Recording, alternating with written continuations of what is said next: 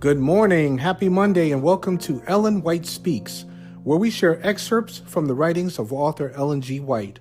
On this Monday, June 3rd, 2024, Pastor Vince here. Good morning, welcome. Thank you for joining me for another edition of Ellen White Speaks. We're making our way almost to the end of this chapter, chapter 5, in the book, The Three Angels' Messages, God's Proclamation for the Last Days. We're still in the chapter called The Angel of Revelation 18. And I was just flipping through, and it looks like we're almost at the end of the chapter. Not much more to go in this particular chapter, but I have another powerful excerpt to share with you today, as always, from Ellen G. White. This excerpt comes once again from The Great Controversy. I really suggest you read The Great Controversy.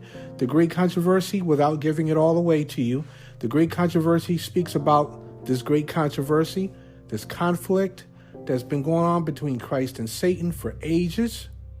And it's basically past, present, and future. How this conflict has been affecting past, present, and future in our world. How, I was going to say more, but no, I'm not going to say any more because I don't want to give it away. I'm going to let you read The Great Controversy for yourself. But as I said, this excerpt that I'm sharing with you today comes from The Great Controversy. And I'll let you know specifically where in The Great Controversy, this book that is, The Great Controversy book, where that comes from in just a little while. But let me go ahead and jump right in and share this with you. This quote is called, "Satan's Rebellion Finally Defeated." Satan's rebellion finally defeated. We should know that Satan, who was once called Lucifer, was in heaven and he was kicked out of heaven. He rebelled. He was kicked out of heaven. I'm giving you the Cliff Notes version, but he was kicked out of heaven, and so forth and so on. So Satan's rebellion finally defeated. She says, The aim of the great rebel has ever been to justify himself and to prove the divine government responsible for the rebellion. To this end, he has bent all the power of his giant intellect. He has worked deliberately and systematically and with marvelous success, leading vast multitudes to accept his version of the great controversy, which has been so long in progress. For thousands of years, this chief of conspiracy has palmed off falsehood for truth. But the time has now come when the rebellion is to be finally defeated and the history and character of Satan disclosed. In his last great effort to dethrone Christ, destroy his people, and take possession of the city of God, the arch-deceiver has been fully unmasked.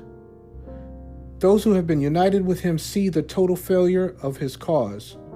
Christ's followers and the loyal angels behold the full extent of his machinations against the government of God. He is the object of universal abhorrence. Every question of truth and error in the long-standing controversy has now been made plain.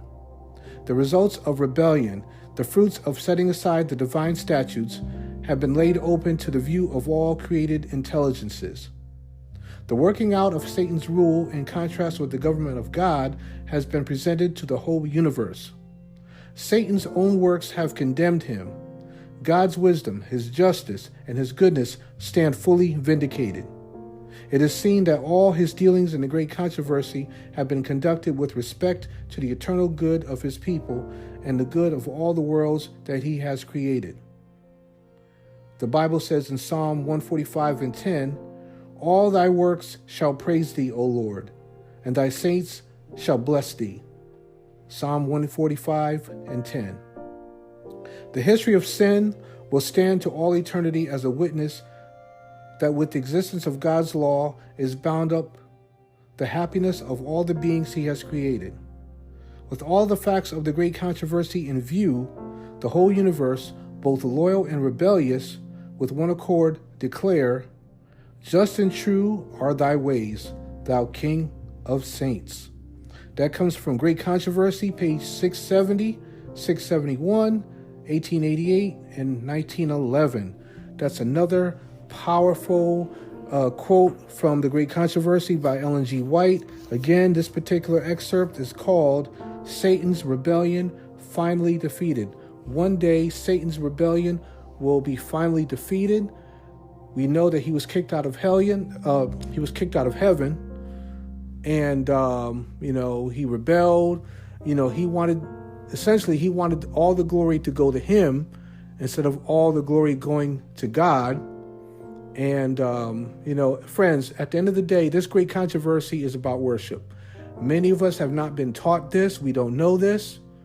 But at the end of the day, it's about worship, which is why we study things such as the mark of the beast, why the Sabbath is so important, and other subtopics, if you will, around this great controversy. But at the end of the day, it's about worship. And if you continue to stay plugged in with us here on this podcast as we study the mark of the beast during your daily manna, during our various lesson studies, during Eyes on Prophecy. You can always go back to past episodes and listen to Eyes on Prophecy, the various lesson studies we've gone through so far. We've gone through who is the Antichrist. We looked at who is the Antichrist. We looked at the three angels' messages. Other studies we went through, we're going through right now. We just started this past Sabbath. We started with the USA and Bible prophecy. So much to cover. But at the end of the day, as I said, friend, it's about worship. This great controversy is about worship.